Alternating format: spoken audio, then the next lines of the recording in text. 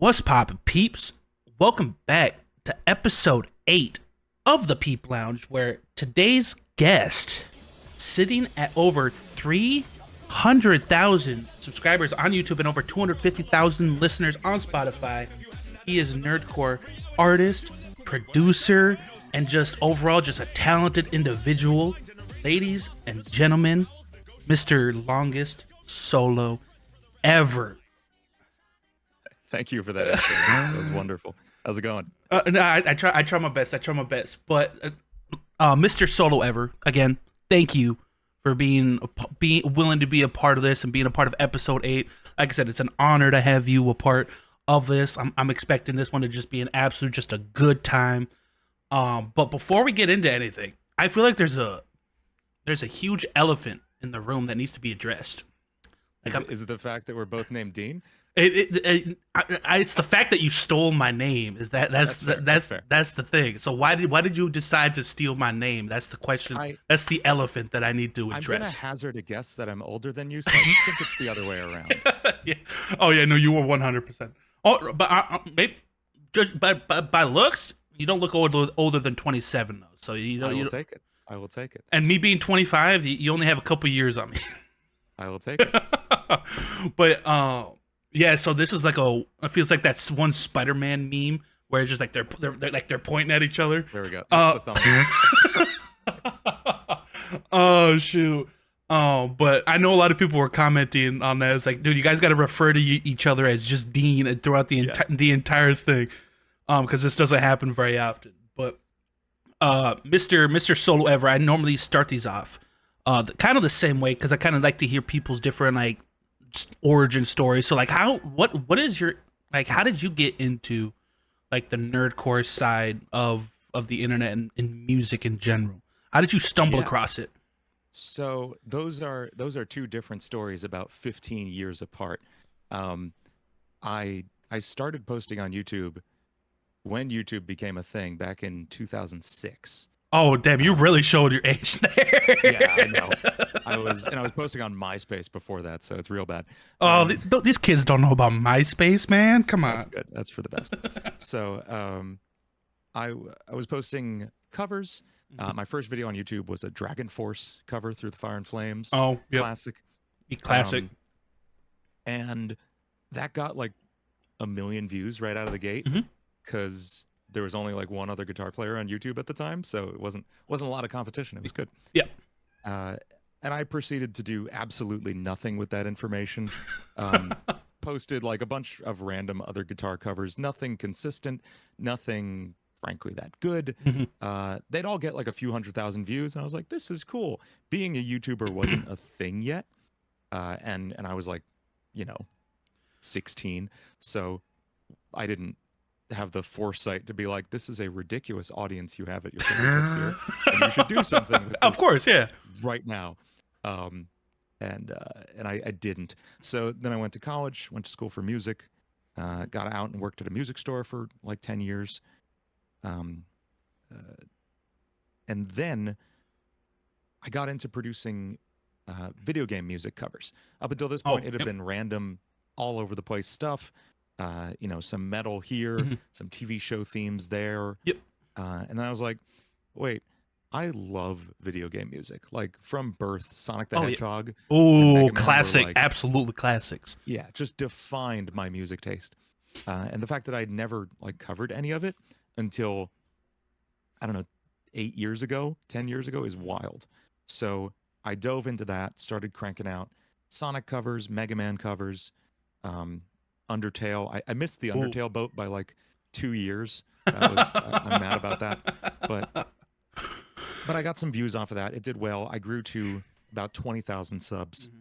And that was fun. It was fine. It was a nice little very side income while I was teaching and working at the music store.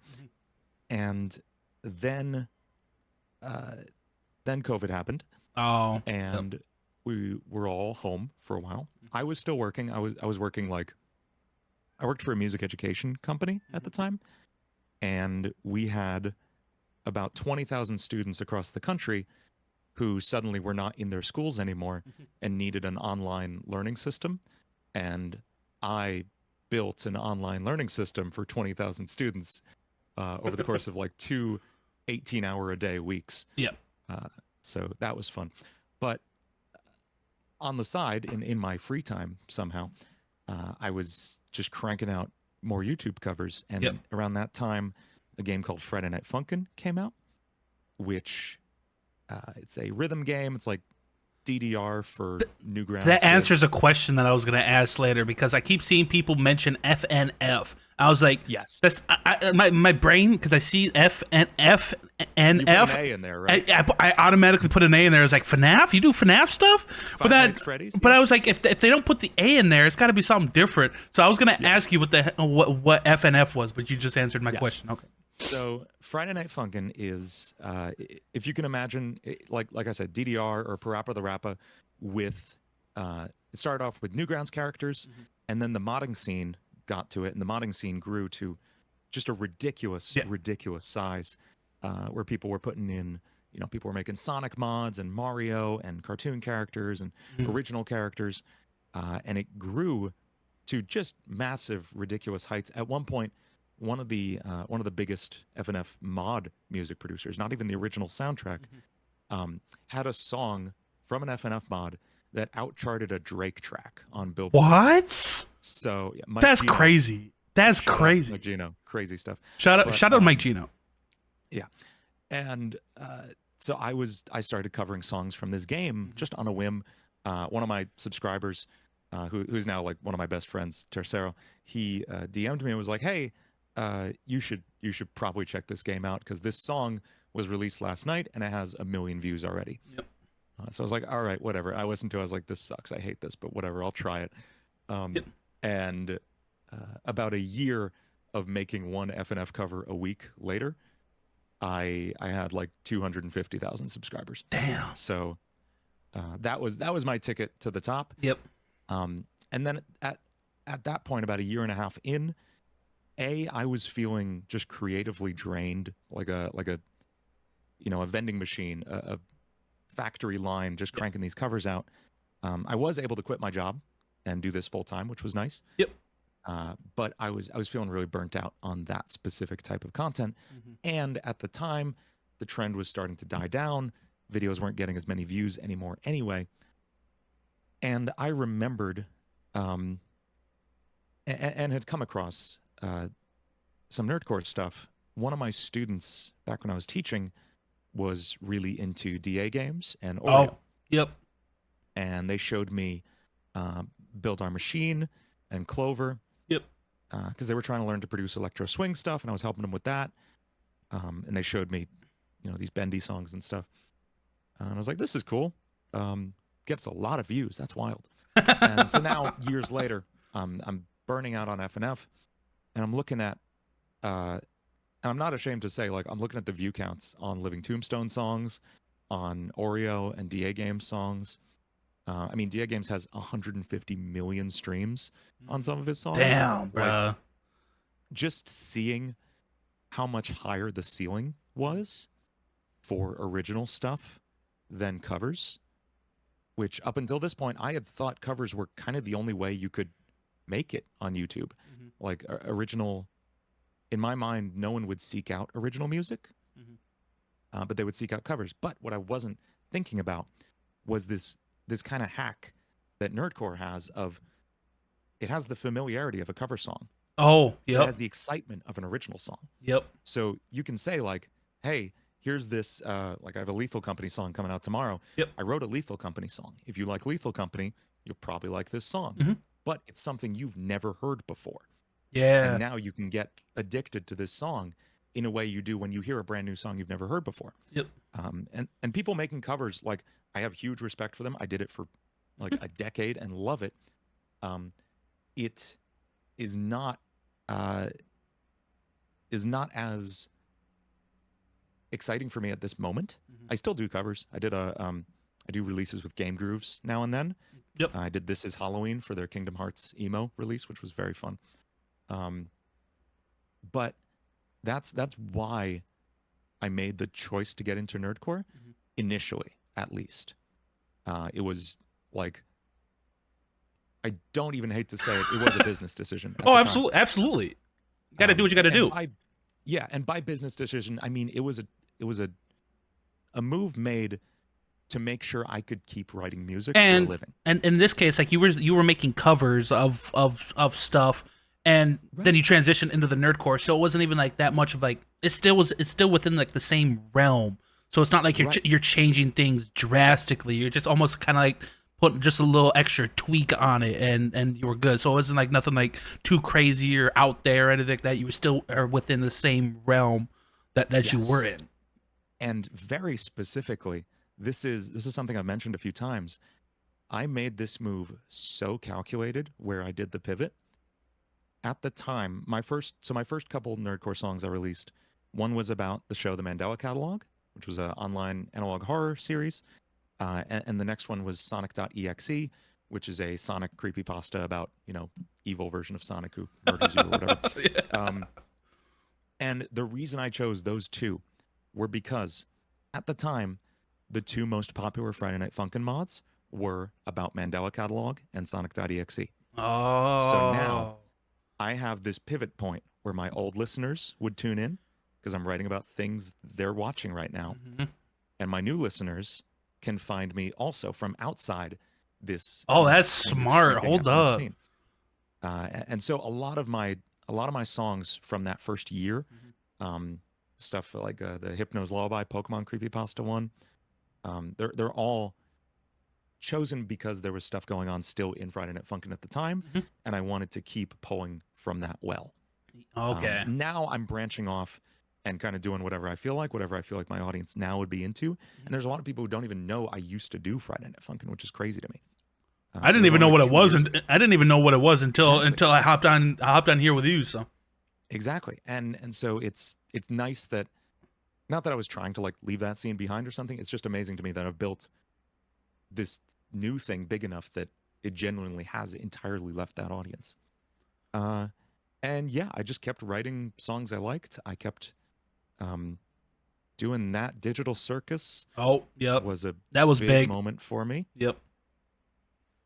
And I've kind of settled into now figuring out people like it when I write songs about like creepy things in general, and I'm just kind of narrowing into that niche. Yeah, that little just that small little speck of like So, but you mentioned earlier that you now do this kind of like as a full-time, like this is like your full-time job, and in Nerdcore there's not a lot of people in the scene who can say that they do this like as like the full-time. And this actually is a perfect segue because like I said, I took to Twitter, asked people to ask like questions if they wanted to ask anything, and this actually is a question that came from there.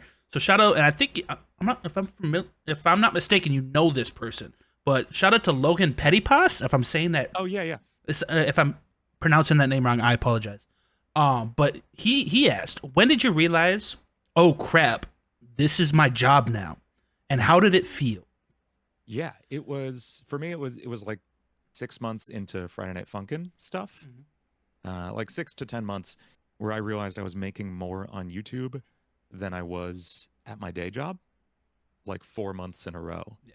I was like, oh, it happened. This thing I've been trying to make happen for like 15 years now happened. Do I quit my job? Do I do that? What could I do? Why would I quit my job? What could I do without this job that I can't do right now? And in my case, at the time, it was build an online music school, which is something I really wanted to do. Like I said, I was working for a music education company at the time, and I'd been pushing for years to build an online learning situation because, I mean, it was this huge worldwide market that we just weren't even touching. It seemed like a no-brainer. We had video producers on staff, myself included. Why not film some lessons, put together something, and charge for it? And I just kept hearing like, we don't have the money for it, we don't have the time for it. Sorry. And then COVID happens, and suddenly, everybody has the time. Like this week, please. And I did, and it was great. And then the world opened back up again, and they shelved the project and just kind of like threw it in the trash. And it just so happened my YouTube was blowing up at the time. I was like, I'm just gonna go do it myself then.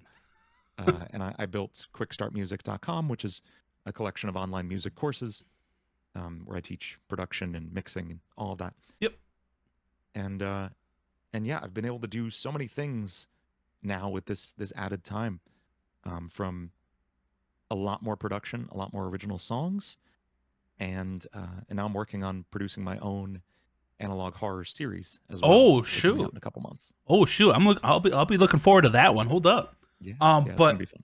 But like you mentioned your quick start music.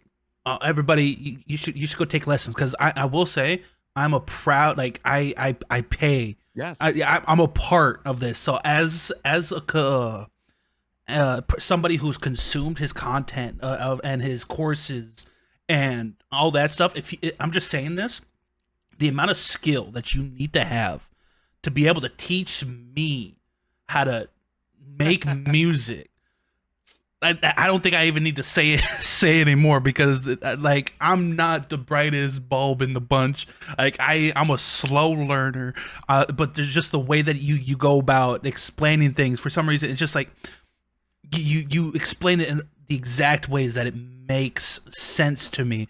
And I'm not completely through all the courses yet. I'm still learning. I've definitely slowed down over time, but I still try to go back into it whenever I have the time. That's good. But I remember, and that it was actually funny, because I think that was my introduction to you, because I think I was posting like, hey, like where, like, are there any dope producers or anything like that would be able to? And then you did your little like shameless promo. I was like, oh shoot, so I'll check this out. I think that was legitimately my first interaction with you, and I remember, I remember checking it out, whatever, and I was just like, dang, this guy.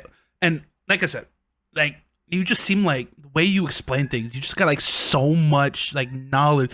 Like, dude, but like my first time listening through some of the stuff, I was like hearing him explain it. I was just like, that what?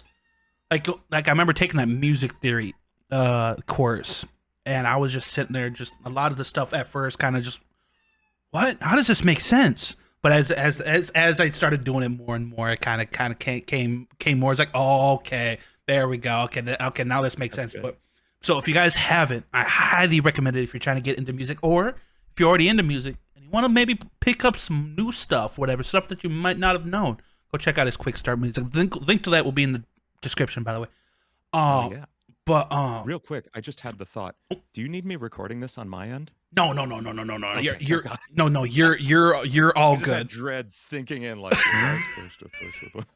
No, absolutely not. No. I got everything good on my end, so you're all good. Perfect. Good. But so yeah, obviously, like I said, you do this full time. You kind of built like this whole like business. Yeah. Like with your courses and your music, and it's just like you're just like this whole like business. You're not just making music, you just run this whole thing.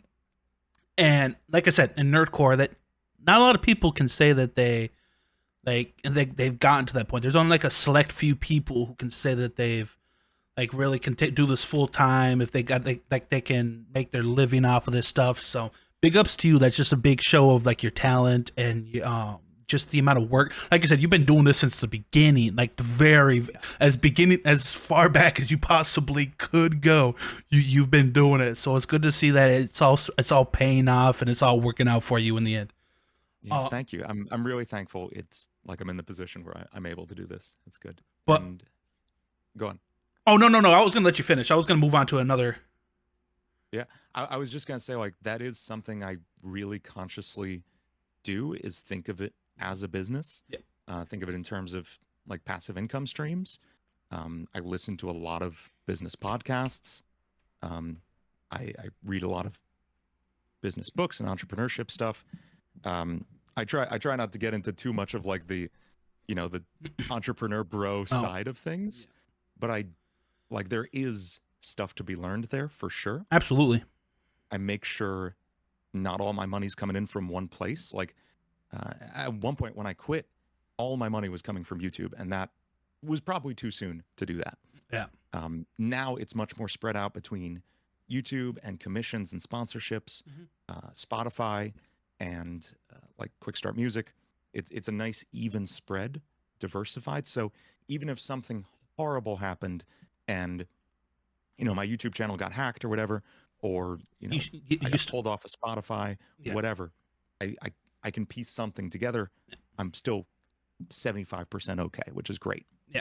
And I know with a lot of people, obviously I can't say this, but I just know that that stress of like when you're making enough money, like especially on the online content creation space, where it's just like you're making enough money and you're curious, like, can I do this like full time? Because I know there's a lot of people who jump the gun too early and it comes back to bite them. So I'm glad, like I said, that everything worked out for you in the end, and everything seems to be booming as, like. Me too.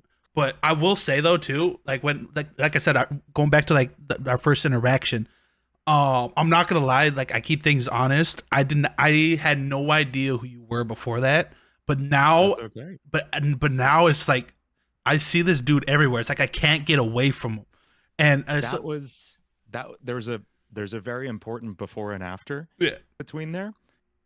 Which is that I don't remember when we first, actually I can see, hang on. Okay, it was like end of January, I think, when we first talked. Yeah. And that was right when I made a very conscious decision to do as much with other artists as I possibly could. Yeah, I've noticed. I've definitely noticed that. I see you in a lot more projects and just random stuff here and there, like that thing with Schwabity. Yep. I went into yes mode. For like 4 months, and I'm now just starting to like turn down the faucet a little bit. Yeah. Because I'm drowning in work at the moment, which is a wonderful problem to have. But it's at the point where I'm doing more for other people than I am for my own music, and I want to rebalance that just slightly. Well, I appreciate I appreciate then with you being as busy as you are, you willing to hop on here and be a part of this. It means a lot. I appreciate it. Of course. But yeah, that was a really important decision I made this year. And I don't think it's a coincidence that if you look at my Spotify graph, like you can see the moment I started doing that. You can see the moment I started saying yes to working with other people, even if it's not like directly their, songs with them that are popping off. It's just the connection in the scene and the just putting your name out there, putting your name in front of new people. Like what, like I said, whether you're helping produce a track or like you're doing like fun little things like you did with Schwabity with the beat making, and just random stuff like that. Just having your name out there and people's like, oh, who is this? And then people going out of their way to check you out or whatever. Dude, that's incredibly smart. You're going to, dude. I could tell you definitely go about it with like a kind of like a business kind of mindset and put just. You're not just like, obviously you're passionate about your music and that's at the forefront, but I can tell you have a very good business sense as well. More than anything, I want to make sure I can do this for as long as this is the thing I like doing more than anything else. Yeah. And I want to make sure I can do it a lot. And in order to do that, I have to make a lot of money. And so that becomes part of the equation of like, okay, how do I do this as much as possible? How can I monetize this in the most effective way? Yep. But the next thing, and this is gonna be a complete left turn. Like we got into like a little serious topic. Now we're gonna dive into a completely different side. So and the reason I'm gonna bring this up, and the reason why I'm bringing this up is I kind of had like, I knew about it, but I didn't know the whole backstory, the whole lore behind it. And a couple of people brought it up behind me, like on that tweet. And so what is your deal with FL Studio? Yeah, I don't like it. Is that interesting? You don't like it? No, that genuinely is the extent of it. But like, as far as the backstory goes, the Friday Night Funkin' scene in particular almost exclusively uses FL Studio. Oh. Interestingly, the guy who made the original soundtrack for the official game uses Ableton. But almost everyone in the mod scene uses FL. Yep. So all discussion around producing music in the scene is around FL. So I'd have people tell me, hey, can you drop the FLPs for your track? And I'm like, no, that's physically not possible. I could drop the PTXs, but that's not going to help you. So like I was literally the only person in the scene using Pro Tools for sure.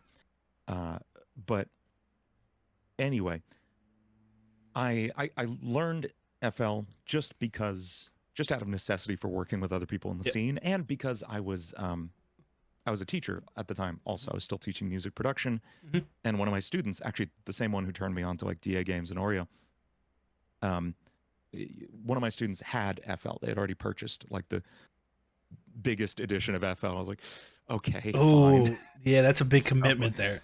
So I learned it to teach it to them, and I do not enjoy the workflow. It behaves in a way I would consider counterproductive to music production. And so which is crazy, because I feel like like when people think of like music creation and DAWs and stuff, like the first thing people think of is FL Studio, and that's like the big one. So it's crazy to hear you say that. So interesting to me, because I had never even met anyone who used FL Studio until that student. Oh, really? And like I went to music production school where everyone there used, like most people used Pro Tools or Ableton. You know, I've worked in some major studios. Everyone uses Pro Tools in those studios. And so I just like FL was, and I'm gonna get so blasted for this, but like FL was a punchline in so many conversations, you know? And so it or Logic. Lots of people use Logic too. Oh, yep. But and so now, like to be clear, if you use FL Studio, I'm happy for you. I do not think the music you make. He hates you. He hates you. Don't make good music with FL Studio. I just don't like how it feels. He hates you. He hates you guys. Don't get it twisted. Yeah. So that's the deal. So I made a video called the FL Studio Rant, and it got a lot of views and a lot of comments. That video has more comments than like any other video I've ever made, and a much higher ratio of like comments to views, which is a very fun metric. And so it's just kind of evolved into a meme over the years. That I, like, absolutely hate it. That's all. Because like I was saying, because a lot of people, like obviously me being in the space that I am, I've befriended a lot of musicians and just producers and just music enjoyers, and it seems like everybody that I talk to with on a regular basis always uses FL Studio. So that's why I was curious. Yeah. Like, it's just like, what is the reasoning behind your hatred? You're absolutely like just dreading FL Studio. And I see it get used because I remember seeing it. Like, I was watching because Dahlia submitted your That's Not My Neighbor track for me to react to. Oh, nice. And I was trying to pick up because I noticed very early that a lot of like the little different characters that she had, like referenced, like I pointed out, like he did like the little Matt Pat face or whatever, where it's just, oh yeah, I did that. South Park. And you did, and I also seen the FL Studio with like the foam finger. I was like, I see this everywhere, but I don't know the context behind it. So I was just like, I knew I had to bring it up when I was with you, and I know a couple of people brought it up on the tweet too, that they wanted me to ask you about it. But another thing, and this is another Twitter question, or X question, or whatever you want to call it. It's Twitter. Yeah, it'll always be Twitter to me. But this comes from @TarynIRT. They ask, what truly was your longest solo ever? I would have to give it thought. It's definitely on one of my like video game music covers, because I do not put solos in my original songs by and large. Oh, that's crazy. Longest solo ever doesn't put solos in his music. It is ironic. It is deeply ironic. If I had to guess, I think it might be the Green Forest cover from Sonic Adventure 2, if only because there's not much actually in that song, and so it had to end up being mostly solos. So it's either that or Megalovania, I think. And then this person, another Twitter question, Lorelei Stokes. I'm sorry for pronouncing the name wrong. They ask, what's a genre that you've always wanted to work with that you just haven't yet? So up until last week, it was hyperpop, and then I did a hyperpop song, and that was fun. You did a hyperpop song? I did kind of. It's like hyper pop punk. Oh, I'm gonna have to check that out. I'm versus gonna have to check that out because I it's dig a me some Content hyper Warren pop. song. Take a listen. Oh, I'll have to I, check it out. Yep. I had a lot of fun with it. The I don't know. I have messed around with so many genres. I worked at a studio in Nashville for a while producing country. Mm-hmm. So like I don't think there's a genre I genuinely haven't touched that I'm interested in. There's like some real, I mean, you've got your really noisy breakcore stuff, your real extreme EDM genres. Yeah. I don't find a lot of joy in them. Um, I think if anything, I would like to dive a little deeper into like really gnarly sound design and dubstep stuff. I think that would be fun. And I would also like to compose more like film score kind of things, which with Oh. the analog horror series I'm working on, Yep. I'll be scoring the whole thing too. So that'll be good. And it's crazy because, like I said, it just seems like because there's like a lot of people who are just like their specialty is normally in like one genre, and you have your specialty, right? You got that like more like the metal esque kind of vibe to it, but like Yeah. it's just the fact that you are so knowledgeable about multiple different things that if you wanted to do something else, like if you wanted to dip in that like pop, like that pop, or hyper pop, if you wanted to mix it up and do more like hip hop, if you want, like I feel like you could excel pretty much at everything, and that's crazy to think about because like I said, most people have like that one thing, but you just you can cover every and all bases. So it's just like It's well, thank you. yeah. It's a lot of things that are the reason for that. I think number one is having ADHD for sure. Oh, Um, as a person with ADHD, I completely Yep. understand. Yep. And two is probably teaching. I taught guitar, bass, piano, drums, music production, music theory for like 10 years at a music store. I had Yep. hundreds of students over that time. So I taught like every genre of music you could imagine. Yep. And that when you teach something, you have to learn it inside out Yep. in order to communicate it to someone else. Mm-hmm. So I got a lot out of that. Played a lot of Broadway and off Broadway gigs on various instruments. So that takes you through a whole bunch of other things. And then, interestingly, this is one I noticed only in the last couple weeks, but it made sense when I realized it. One of the first artists I was really into was Weird Al Yankovic. Oh, of course, of course, of course. And, Gotta and love the Weird man- Al. Yeah, but he's hit every genre. You know, whenever he parodies a song, Mhm. he does it true to form. Yeah. Exactly how the original sounded. And hearing, I think, how someone could approach remaking Mhm. songs like that Mhm. really clues you into the inner workings of stuff like that. You start to hear the subtle differences in like this bass sound is just a little bit different because he couldn't perfectly recreate it. Mhm. But now you can see the road between the two, and all of a sudden, like the pieces make sense. Oh. I think that went a long way towards it.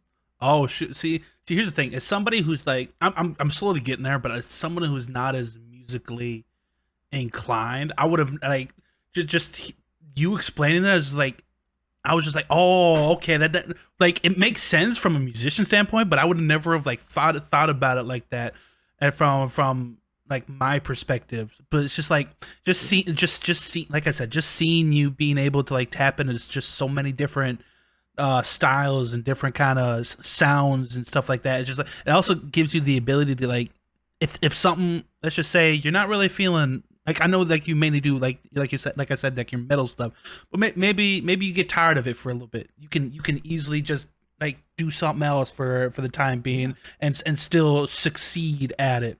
So being able to have that like ability to like, oh, I want to mix this up, whatever. I'm gonna try for the next little bit. I'm gonna do hyper pop. I'm gonna do punk rock. I'm gonna do just something different to keep things fresh and keep people on their toes, keep the listeners on their toes.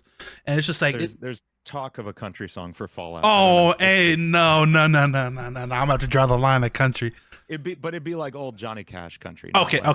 That like bro country garbage. I was gonna say, because of where I'm at, country gets extremely overplayed, and it's just the point. I'm in like rural New York, so yes, absolutely. And here's the thing: I live in the Midwest, not like the cool Midwest, but like the very spacious and open and very just The part that's a lot of corn. yes, 99%. Yeah. Okay. just farm fields, just like just farm Yes. field. So country gets Same. played a lot. So it's just like it's not that I hate country. It's just that it's so I do. It's overplayed okay. of wherever I go, I constantly hear it. It's just I want to hear like I want to go in there and hear something else, man. It's like and where I'm at, all the stores because obviously you got like some stores will play like music over like the intercom system or whatever. It's always like the same 5 songs. It's like, dude, I hate that. And I used to work at a gas station, and that gas station, like I said, had like 6 songs on repeat, and working a full 8-hour shift. Oh no. 5 days a week. It just got to the point where just like, I was slowly losing my mind. That's terrifying. So I can go without listening to the country music. If you made a country song, I'd listen to it. But I can go without listening to country music again for the rest of my life. Nothing against the country, anybody who makes country music. No disrespect to you. You guys are all talented in your own right. Especially if they use FL Studio. Neither of us. That's an unlikely combo. But the next thing I have, and this is another Twitter question. I got a lot of these. Literally, the people who ask you questions, like they made my job easy for this one. Good. But this one comes from @Sir Jal. I'm sorry if I'm pronouncing that name wrong. But they ask, is learning an instrument a key part of music producing? In other words, would learning an instrument such as a piano enhance the production process? So, yes, unequivocally. Is it like required? No, for sure. But does it make things a whole lot easier, especially piano? Yes. I would say, in order, the most helpful instruments for musicians to learn are keyboard, drums, and then singing, and then guitar, I would say. Like knowing the keyboard, being able to communicate your thoughts straight into your computer, instead of having to like quick notes one at a time, thinking of it on this grid that doesn't really have musical meaning embedded in it the way a piano keyboard does. And with a piano, you have like hundreds of years of tradition and history and information and inspiration you can pull from that you can then apply to whatever you want. And with drums, you learn so much about the intricacy of how rhythm works and how a beat fits together. When you're just programming a beat by hand, you're thinking like, okay, kick goes on 1, 2, 3, 4, snare goes on 2 and 4, hi-hat goes on blah, blah, blah. But when you play the drum set, you're thinking about where your hands are when you write a beat. I'm literally physically picturing how I would play a part whenever I'm programming drums. Less so for like electronic drums, but if I'm programming like a live drum kit in Contact or whatever, I'm physically thinking about where my limbs are at any given time, and I think my drum writing is a lot better as a result. And you just get to know the beat so much better, the rhythm and how a measure fits together when you have physically played music. Not to say you can't if you don't. But it's such a cheat code. It's such a big level up. Yeah, and I feel like, and that's the one thing when I enrolled in that Quick Start Music, link down in the description. When I enrolled into it, sorry, I'm just like a walking billboard. I appreciate it. But when I enrolled into it, I was thinking, it's like, if I was really, because the one thing is like, I know I'm not like, I can't sing for the life of me. But I've like, for some reason, I've always just enjoyed just being around music. And I was just like, the one thing that I felt like I could, like, I've always been fascinated with, and the one thing I felt like I could succeed in was music production. And, I remember when I signed up for your course, I was like thinking, as you were explaining stuff, I was like, man, I really wish I took the time, whether it was growing up or whatever, to like just learn an instrument, because this would be like 10 times easier if I because I went in completely like I knew nothing. I didn't know anything about music theory. Like I went in completely just blank slate.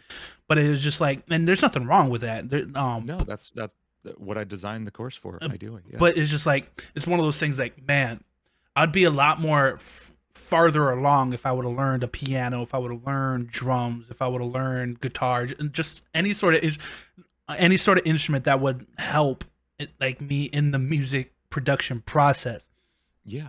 But there is no reason you can't now, you know? Oh, of course. And it's just one of those things too, is like, getting older. Like, I know I'm still relatively young, but I'm still a busy person. So it's just hard it's just, and I'm not going to say I'm extremely busy, because you're an extremely busy individual. I'm nowhere near as busy in the sense if we're comparing, but, it just is hard to find time to just take to learn.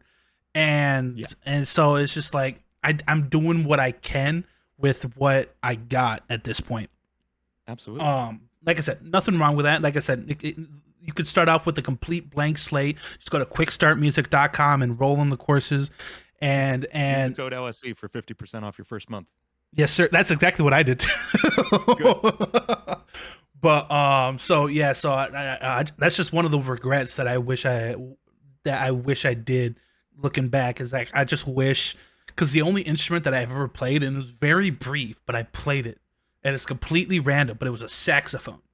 Nice. It was very brief. It was maybe for like I also 2 months. It was in high school, yeah. And that's crazy, because that's what I did. That's a funny story, and looking back at it, it was terrible. But obviously my high school had band, right? And I wanted to join band, and they would give off like rental instruments, right? So if you couldn't afford to buy your own, they would give you like a rental one.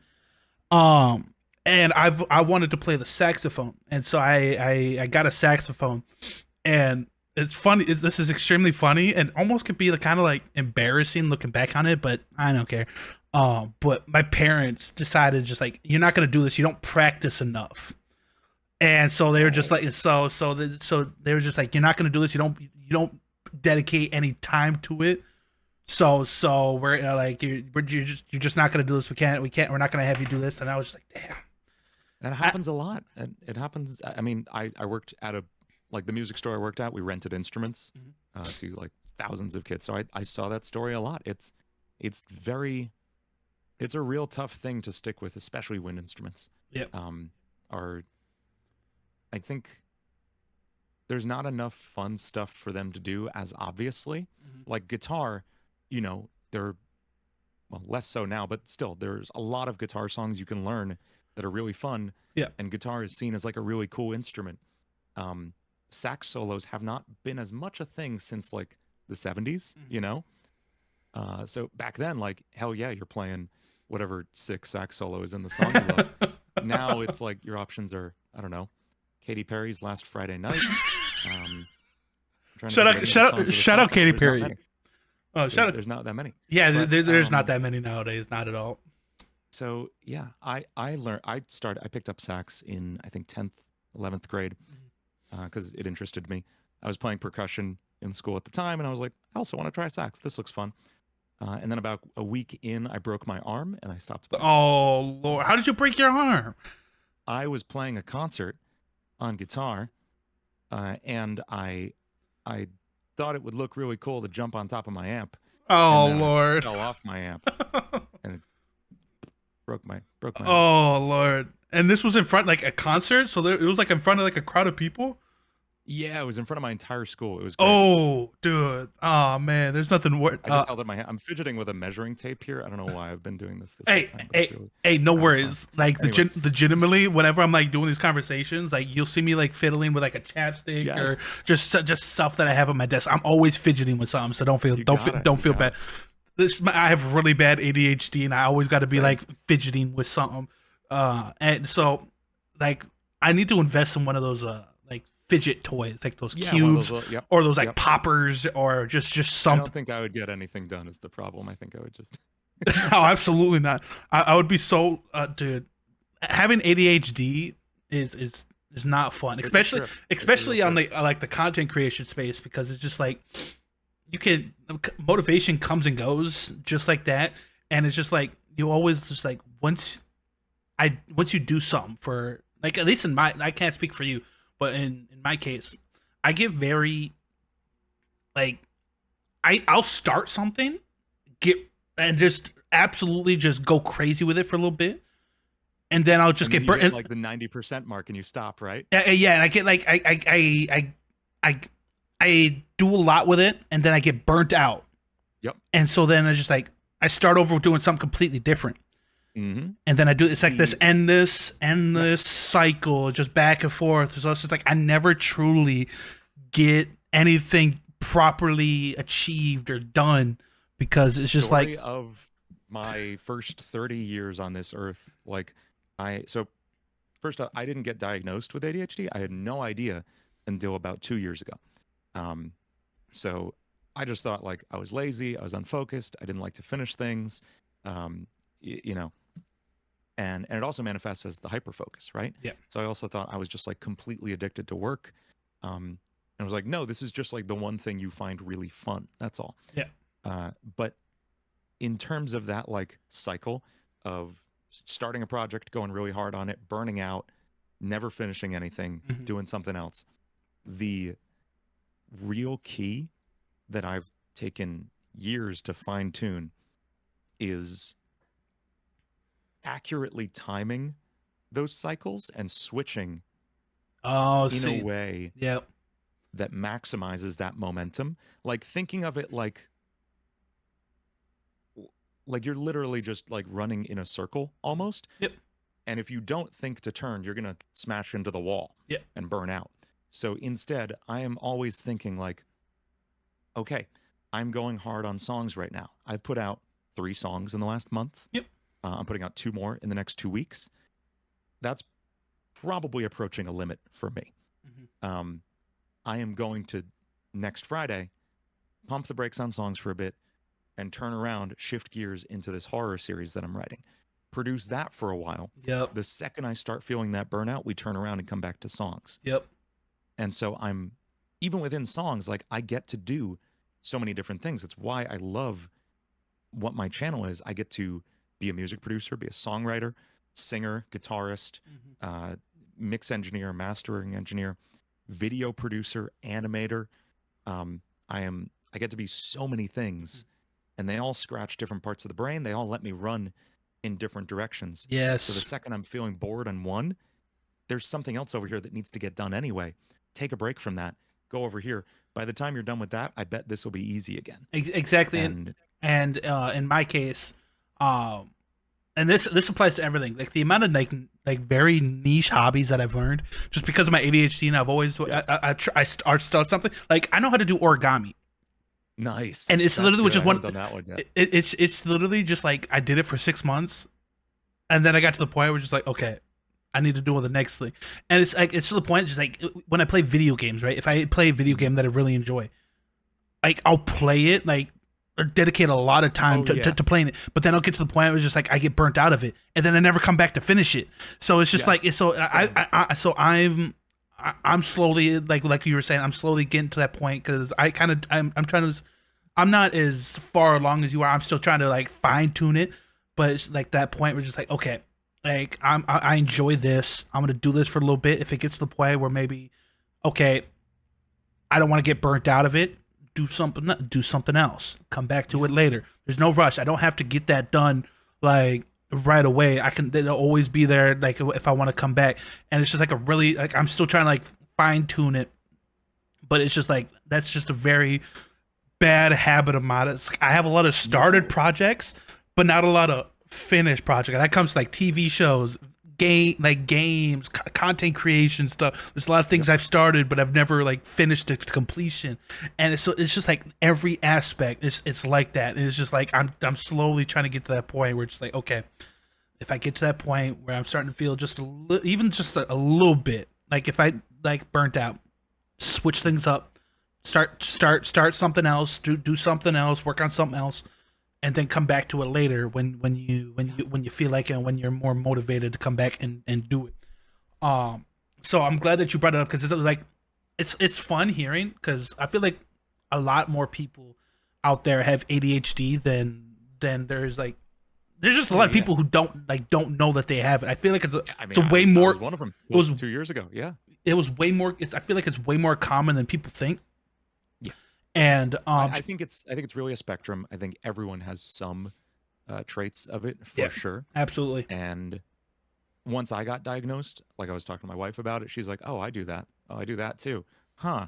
And my dad said the same thing about like other things. So like it's so common. On the in terms of like strategy and dealing with it, the other thing I was gonna say is take a real ruthless look at what you're doing, Mhm. at what you think you need to be doing, and Oh, decide, is this actually necessary to get the thing done? Like, do all these steps actually have to happen in order to get this out the door? yep. There are so many times I like either remove steps entirely from things I was doing. Like an example I give a lot. I think this went around on a tweet I posted a while back. But when I was doing the weekly Friday Night Funkin' covers, I was cranking out like I was transcribing, arranging, recording, producing, shooting, and editing and posting Damn. a full cover every single week in about 5 hours God. because I was also working full time and teaching like 20 hours a week on top of that every week. So, I could never. I don't know how you did that. I could never. and the answer was I removed all the BS I did not need to be doing. Yeah. I uh, I thought I needed to be playing live drums in every video because I'd been doing that for so long, Mhm. and I was like, what if I just don't even show the drums? What if I just program them and I just show the guitars? Like I had gotten into my head that I was a channel that posted and let you see every single instrument. I was like, what if I just didn't do that and cut several hours off the production time? What if I mimed my parts instead of actually playing them live in every video like I had been for years Mhm. and try and get the perfect take over and over and over again? Um, and so I went through this list and started determining like, what do I actually need to do? I don't want to say what's the least I can get away with, but like literally, what are the essential things here? What are the Absolutely. things that actually contribute to whether a song, a video does well?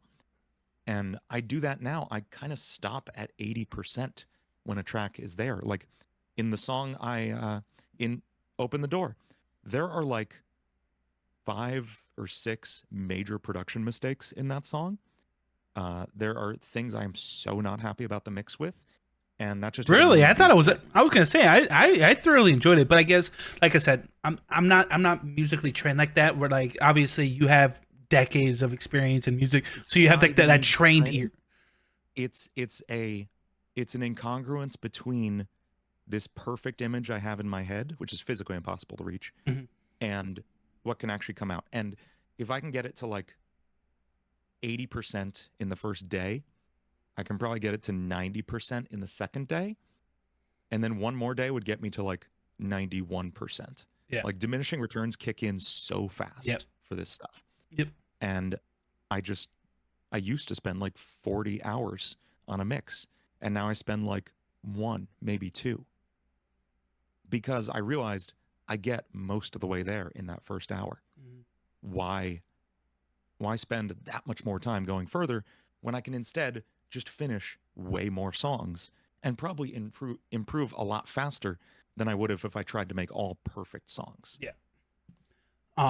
So and like I said, this was a very good conversation because it's like I feel like this conversation like this doesn't really get brought up to the light very often, especially like as in like the content creation space, because it Yeah. having ADHD in the content creation space can and not for somebody who's not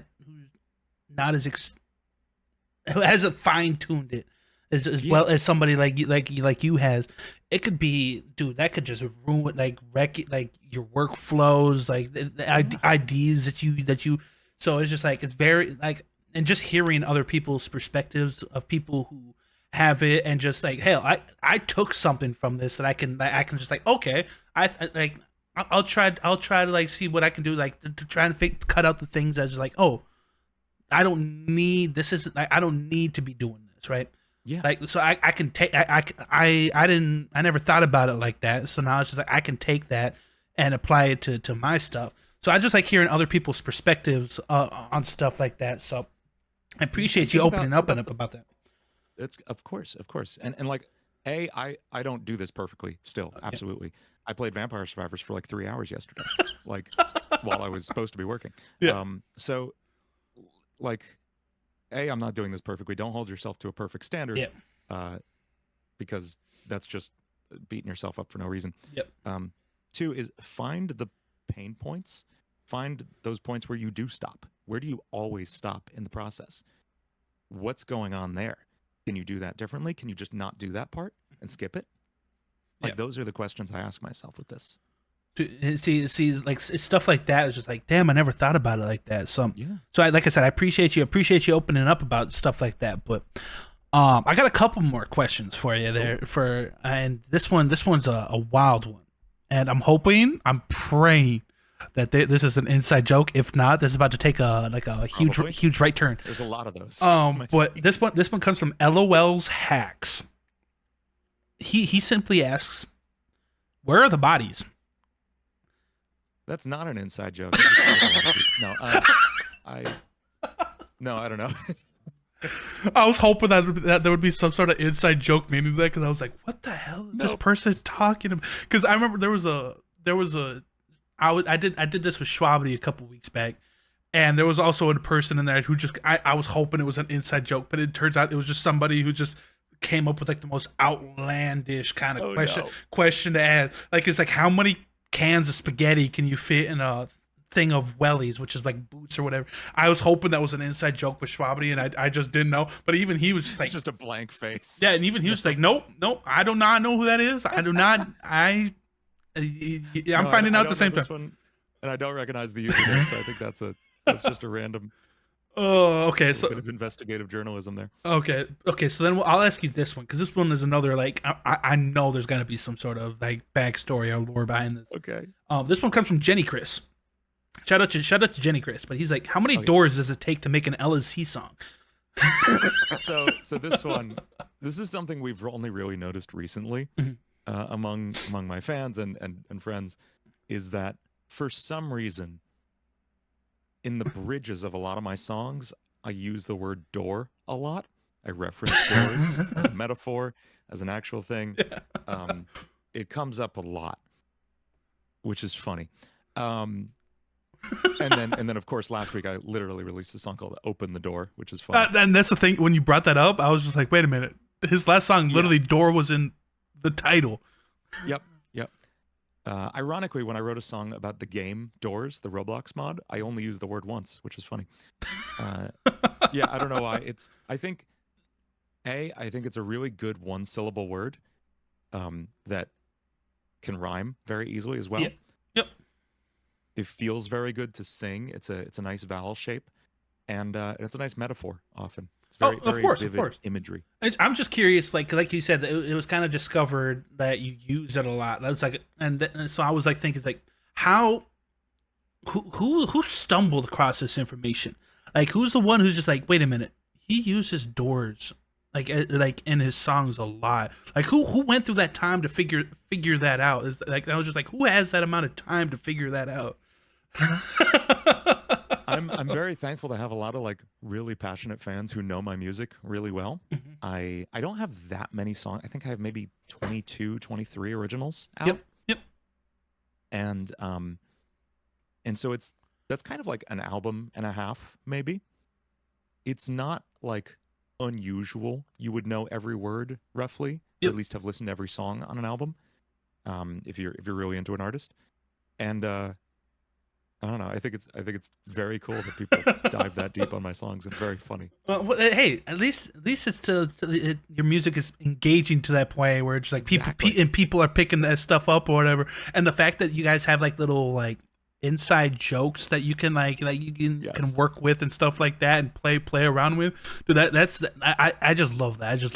It's good. It's a great community. I'm so thankful for them. But this one is a question that I came up with. The Dina-ling. So what are some, like, it could be nerdcore, it could be mainstream music, but like, who are some like music inspirations that you kind of take, like growing up, Like, who are some like big people that's just like, oh, I want to be like this. Obviously, you want to be the first longest solo ever. You don't want to be like somebody else. But it's just like, who are some people that inspired your sound, or some people that you Yeah. just really enjoyed their music a lot? So going, I guess, kind of chronologically, before anything else, it was the Sonic 2 and 3 soundtrack, Mm-hmm. um, for sure. Which is amazing because I got to arrange a song for Jun Sano, who composed a lot of the Sonic 3 soundtrack, a couple years ago. Yep. And I have a CD. Yeah, right there is Oh the CD shoot. I was on. An official Sega release. So that's fun. But Oh, that's dope. yeah. I wish I could be as And cool as then you, man. That's crazy. it was fun. Um, so yeah, video game music for sure early on. Yeah. Like I said, Weird Al, I got really into. And then I'd say the first like artist I really wanted to be and studied like on a deep level was a bunch of guitarists: Joe Satriani, Steve Vai, John Petrucci, Eric Johnson, everyone in like the like 80s shred, 70s and 80s like shred guitar scene. Oh, so you Was you listen to some like just like classics, like some that's just like yeah, before our time type of music. That's dope. That's dope. That's a different answer than, because I've asked this question to a couple other people, and a lot of them just give artists that just happen to be relevant as they were growing up. But like, you went out of your yeah, way to like check out some like really like way older artists, like what it would be like 50 years ago now. yeah. Now, That's God, that's crazy. terrifying. That's, yeah. I was So, gonna say it just but came to me too. but it was kind of handed to me. A friend of mine at the time, I just started learning guitar. I was learning Green Day songs. I was into Linkin Park, who Of definitely was like course. a huge influence on how Of, I sound now. yep. But he showed me like there's one DVD which is G3 Live in Denver. It was G3. It was three guitar players: Joe Satriani, Steve Vai, Yngwie Malmsteen, Yep. and it was just like, here's what the guitar can do, and it was just completely opened up my brain to the upper limits of what guitar technique can look like. And I immediately just started practicing like 5-6 hours a day for the next like 10 years. Um, and then, yeah, I also got into, like I said, Linkin Park, Mm-hmm. Deftones, a lot of that kind of like alt metal, new metal scene. Yep. Um, Also around the same time, got into a lot of EDM, especially a lot of French house music, Oh Daft shoot. Punk, Oh um, yep.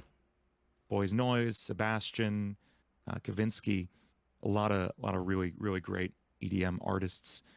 Later on, Skrillex, Of course. Yep. Excision, a lot of Knife Party. So many amazing like dubstep era Hearing artists. just a wide variety of like music that you're inspired by. A lot of people like, oh, this person does hip hop. They're inspired by hip hop like artists, right? But I know this kind of goes back to like you learning multiple, like Yeah, having like like your toes in multiple different sounds or whatever.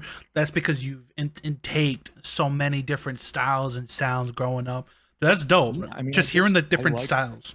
I like a lot of crazy sounds. I had so many phases. I had a real big jazz phase where I was deep into Wes Montgomery, George Benson, Chick Corea, um, and then I got really into ska music. I learned Streetlight Manifesto's whole discography, like front to back. Seen them a bunch of times. They're amazing. Um, I moved to Nashville for a bit and did learn a lot of country music just Yeah. kind of out of necessity. And I'm then, sorry. I'm sorry about that. yeah, it's like amazing guitar players down there, I gotta say. Like Brad Paisley's ridiculous. Oh, But absolutely. I know Brad Paisley. He's yeah. talented as all hell. Um, and then kind of the modern progressive metal scene I got into, which is Periphery, Tesseract, Spirit Box, Animals as Leaders, who definitely influence a lot of like the metal stuff I do. And where I kind of ended up is this fusion of that kind of metal and honestly a lot of like the heavy EDM stuff. Yeah. Like Open the Door is very dancey. Yeah. No Exit's like an electro swing song. So there's a lot of EDM influence in what I do. As much as I feel like a lot of people think of me as a metal artist, and whenever people come to me and they're like, "Hey, just do the longest solo ever thing. Just do the longest solo ever sound," and I'm like, "Okay, here's like a heavy synth dance song."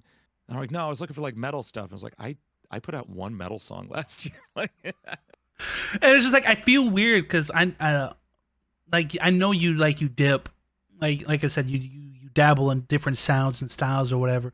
So it's just like even me saying like you kind of like that's your primary thing was metal. It's just like I know with a lot of artists, it's very like Fable for example.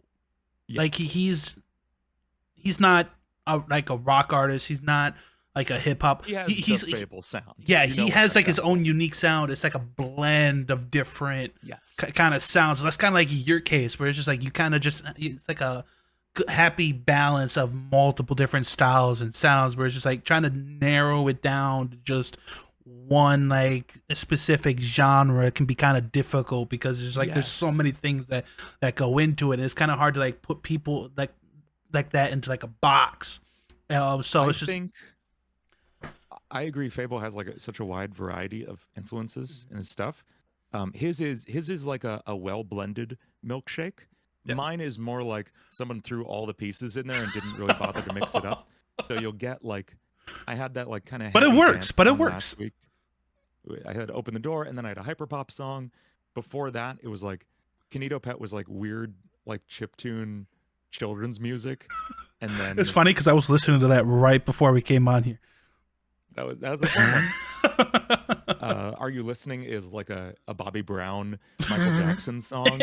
Like every song I just do whatever I feel like doing, and Yeah. it's fun. That's all. That and that's super dope. Like I said, it's just like it's so good to see like you just like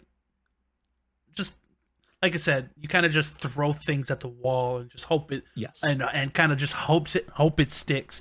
And a lot of times, like I said, it works, and obviously it resonates well with the longest solo ever fans out there. So Yes. and so it's just like it's just so good. It's just so good to see, and just like just hearing like the processes and just like all that kind of just the origin stories. Like, how did you get like to making the stuff that you are now? Who inspired you, Yeah. and stuff like that. And like I said, out of everybody that I've asked that question to, you definitely have had like the most like wide range of just like different styles and sounds. Because a lot of people like me, I like all types of music except country, but I like all types. Like I'll listen to anything. A lot of times, if it's catchy, and I find out that this is the one thing, and I don't know if this doubt comes back to my ADHD too, but if there's just something catchy about it, and it just sounds good, that's all that needs for me. It could be rock, it could be hip hop, it Yeah. could be Same. EDM, it could be uh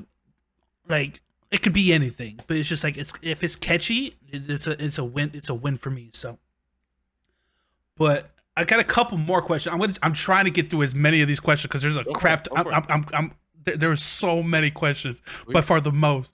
So I got another one, and this one comes from Nova MC. And they asked, what is the process when it comes to writing, in his opinion, a good song? Like, what is the main factor? Is it the rhythm? Is it the composing? Is it lyrics? So I think this is not a fun answer. It's everything. I think everything has to be good. Yeah. Anything is only as good as the weakest link in it, especially when it comes to content creation of any kind. With songs, sometimes you can have a really good beat carry like a crappy lyric. I definitely have some of those, but it's, I'd say in order, like a good instrumental, great beat that really catches the ear in a unique way. And then this is something I'm a real stickler about when I'm writing, and it's the thing I try to communicate most when I'm streaming songwriting. And people are like suggesting lyrics that wouldn't work at all. Yep. And it's that the rhythm of words matters a lot. I think this is something rappers understand that maybe aspiring songwriters don't as much, because when you're writing a rap, all you have is the rhythm. Yeah. And you can really feel if you deliver a word with the wrong emphasis on the wrong syllable. You can't feel it as obviously when you're singing it, but it is just as important. So I will very often write a melody first just on piano. And because I have that background in jazz, I can just improvise really catchy melodies. That's like my big unfair advantage in songwriting, is I can just improvise a song, chords and melody all at once. And so I'll write out this melody, and then I will usually like pull up a bunch of words that I think will be related to this. This is something I use ChatGPT for, actually. Oh, I'll really? drop the wiki page of like, Five Nights at Freddy's into ChatGPT and say, okay, give me 60 words that could spark an idea for a lyric about this series. Oh, shoot, that's really unique. That's like a very helpful use Exactly. So of AI. That's actually really smart and a really dope idea. thank you. I end up getting this huge list, and I'll just say the words as I'm like thinking the melody in my head. And when one feels like it lines up, you'll feel the melody in it.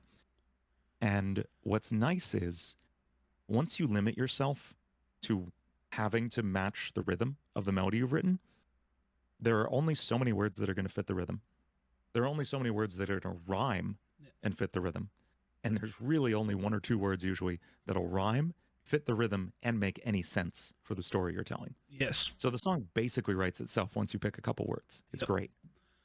And I was curious about that because like I have that's the one thing that I have no skill in is coming up like writing and vocals and just like the lyrical aspect of making a song with like the vocals, the singing, and just like the writing and composing and all that stuff. I'd never really written lyrics until 2 years ago. And it's crazy because I don't know if this is like a thing with people like in the same space as me, like where we were like reactors and just nerdcore content creators, not necessarily musicians, but just like other kinds of content within the nerdcore community. But the amount of people that ask me to be a part of like whether it be tracks or ciphers or something like that, and it's just like, dude, I've never written anything before in my life. I appreciate you wanted me to be a part of it. I don't know why, because I have no music out there in the slightest. I don't know why you want me to be a part of it. It's an honor that you thought of me, but it's just like I've never done it. I don't want to bring down anything because of it, because obviously, like I said, I've never done it, and a lot of these people have been doing music for a while, and it's just like, so I just wanted to just like, if the chance ever came up, and just like if I just decided to say yes to one of these people, like just what would be the best way to approach it in terms of from the writing sense, because I might get to the point where it's just like, okay, I'll be a part of this one thing here, so I want to know like the beginning steps. I am probably not the person to ask that because I am still very unconfident in my rap writing. I'm happy with no exit, I think, and open the door. And I'm still in the process of finishing this Lethal Company song, so right now I hate it, but I'll probably love it in like 2 weeks. But it's like that's a question for like Freest or something, Yeah. Like who's really intimately aware with the process of writing a rap verse. Yeah. I still feel like I'm half-assing it 100% of the time. Yeah. And like you heard my process, it's all lyrical. Yeah. So often when I'm approaching a rap, I will say I kind of like think out a rhythm first for the flow, and then I'll plug in words the same way I do for melodies. Oh, okay. Yeah. But it's not as confident. Yeah. I feel that.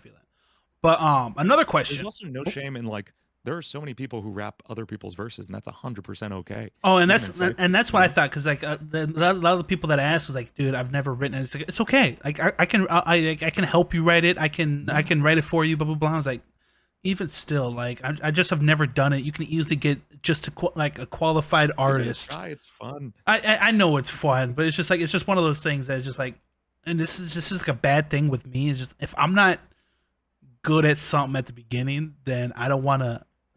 And I know obviously that's a real common limiting belief. No one's good at things when they start. Yeah. We all start not knowing things. Exactly, and it's crazy because I did one of these Peep Lounge episodes yesterday, and we were talking about just like I was literally preaching, and this goes to anything, whether you're starting out in content creation, music, literally anything. But it's just like The fact that just start when you're starting out and you want to get into something, just do it.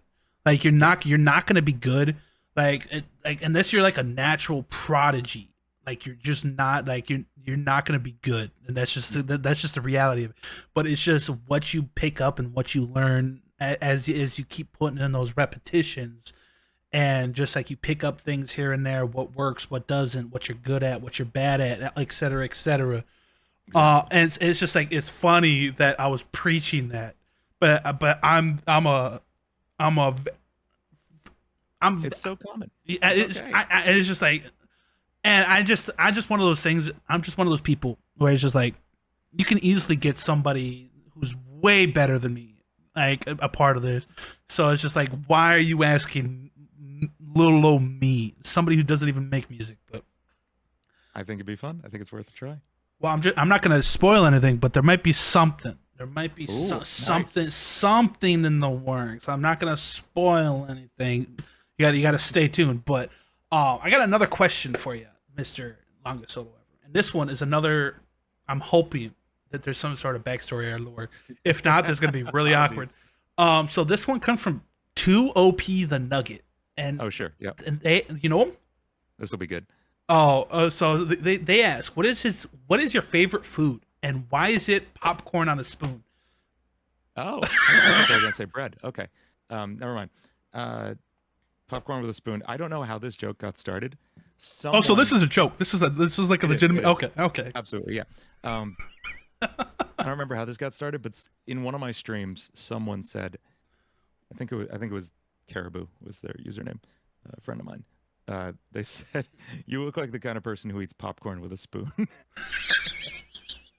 You just got like That a was it. big bowl of popcorn, and you're just like I come with guess your giant spoon, like at the I can't tell movies. if it's that or like just the really impractical and silly idea of just eating a regular thing with a regular sized spoon, just like the worst, You're just most like inefficient you're eating method. you're eating a bowl of popcorn like just casual, like you would eat a bowl of cereal. You just like.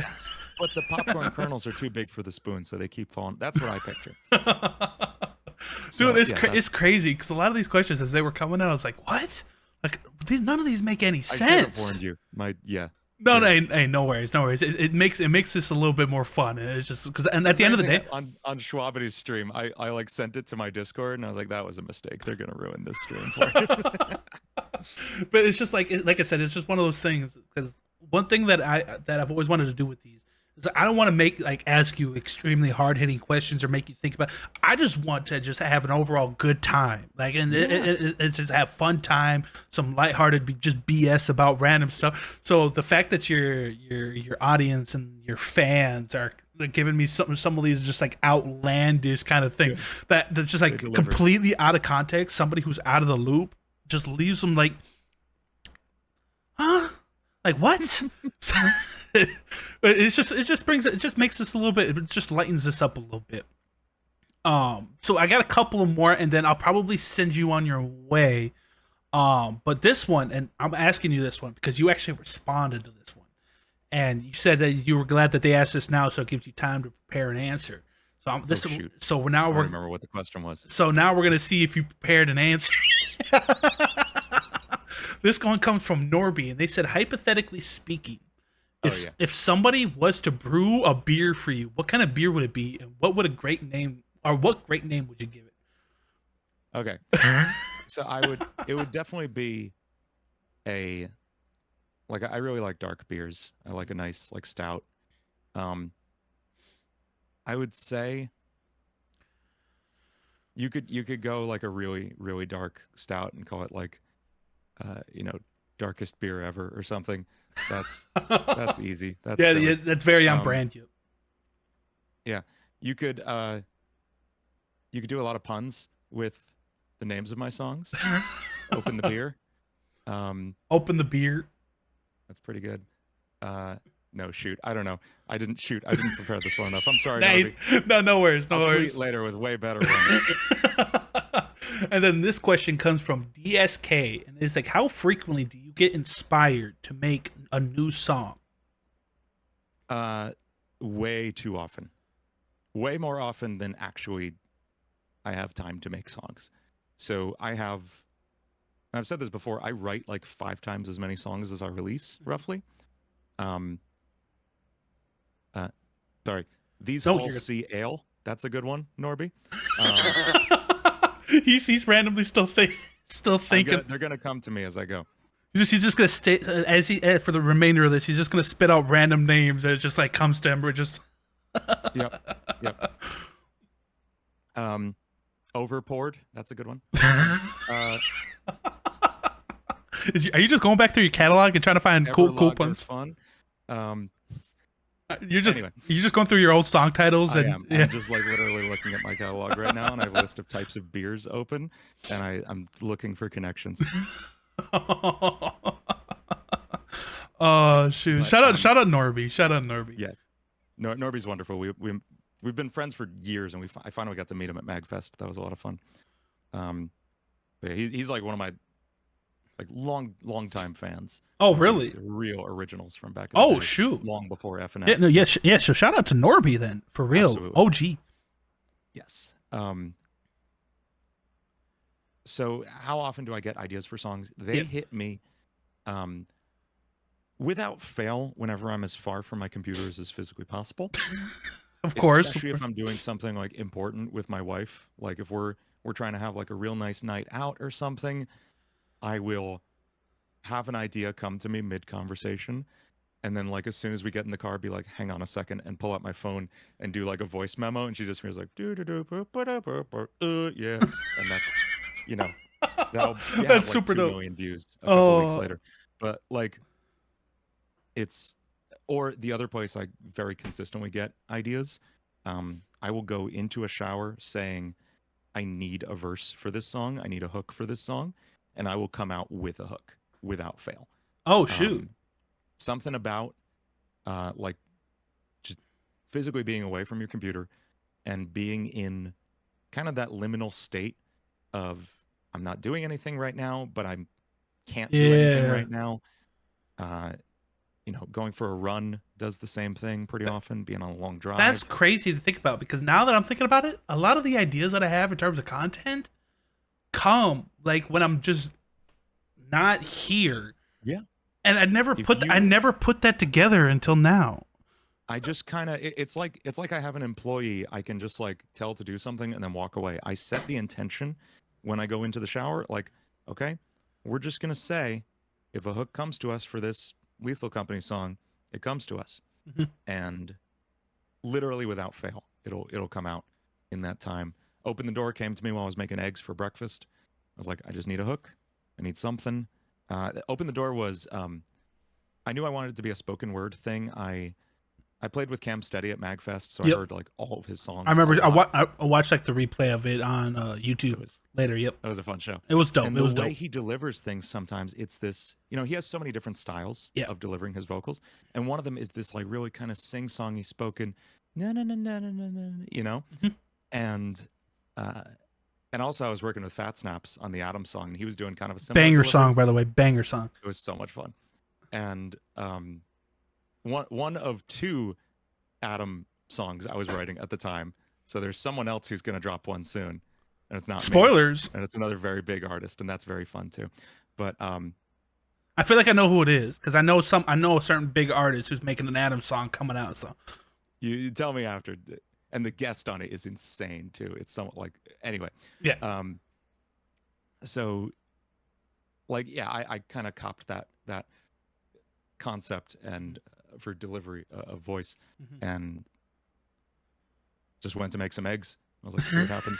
And literally, by the time the eggs were done, I was like, I don't really need to get into the building. Don't want to wait anymore. And that melody is catchy. Okay. Just like I randomly just like up because it's one of those things. That song in particular is just, you know, those songs that kind of just like for some reason you get noticed, but like you gotta listen. Like you have that itch, you want to hear it, and you gotta play it to relieve that itch. I want those songs to be that for me. That's why I make them that way. I want to make the catchiest things I can for me to enjoy. Dude, I am consistently my top Spotify artist, and I'm not embarrassed about that. Hey, no worries. I feel like, and plus being like, people who listen to like their own music, can also like pick up things like, okay, okay, I liked how I did this. I like how I went about doing that, and so they can use it. Study. Yeah.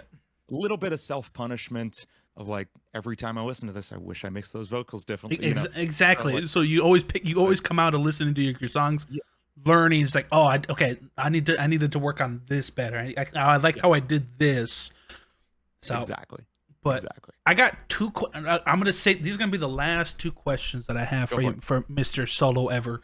And one of them is a little wild, Okay. and the other one, well, actually, I don't know because I'll ask it, but I feel like he kind of touched on this a little bit earlier. But this one was, how was he able to switch from FNF content to nerdcore that easily? But I think you Mhm. were explaining just like you kind of like you timed your entry into nerdcore strategically, whereas like you started making songs about FNF, but they were Yeah. also like original. And I think you kind of, It was that pivot point. I found the common, like the overlap in the Venn yep, diagram. yep, I just sat there for a minute yep. while I built up both audiences. But this last question, and this not necessarily isn't a question, but it's more of like a request. Okay. And this person, so shout out to Plush Eric's Music. I apologize if I pronounced that name wrong, but they asked My Little Pony song when, in brackets, I beg of you. So I wouldn't not do it. Like I have never interacted with the pony fandom or the series in any way. Mhm. Um, but obviously, so many incredible musicians came out of that scene. I Yeah. mean, like Living Tombstone alone, and so many people in our scene too. Yes. Um, and I don't know. I wouldn't not do it. I just haven't had a reason to, you know? Yeah. So I just went through the process in my head of like, okay, how would I get there? It's not really, my fandom doesn't really overlap with that right now.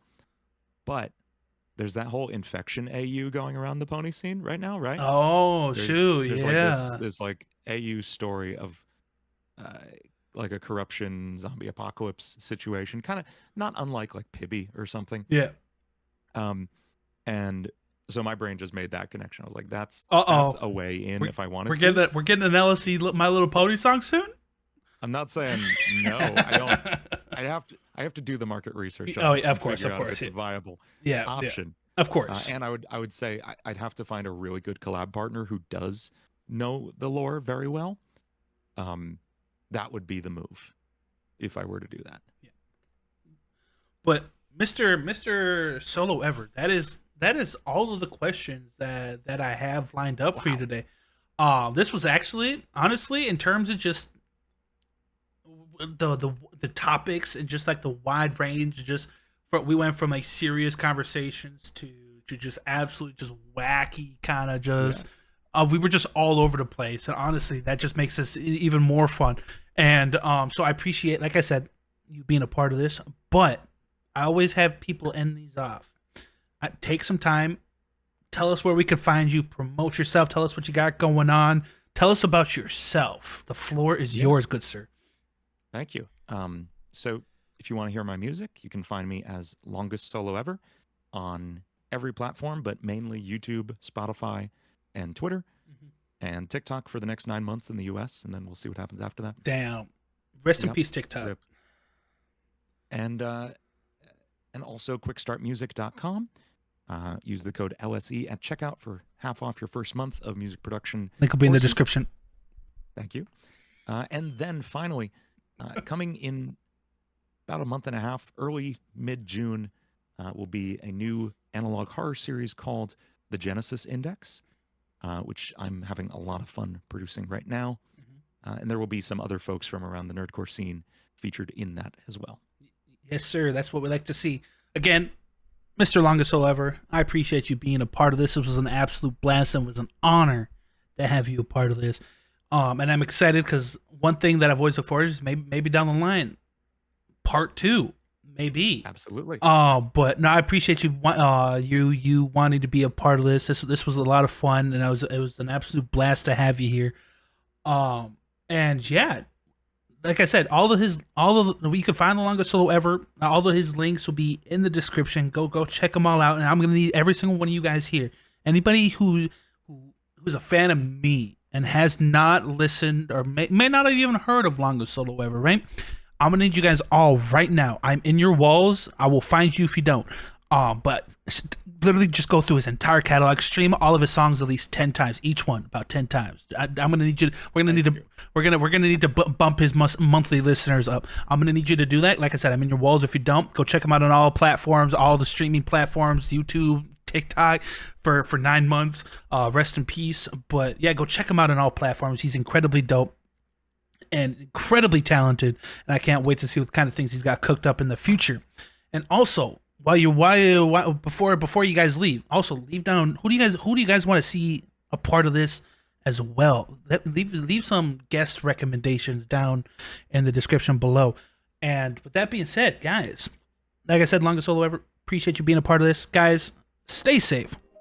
Take care of yourselves. Tell a loved one that you love them, because at the end of the day, you just never know. And I will see you guys in the next video. Peace. SOS, save our souls.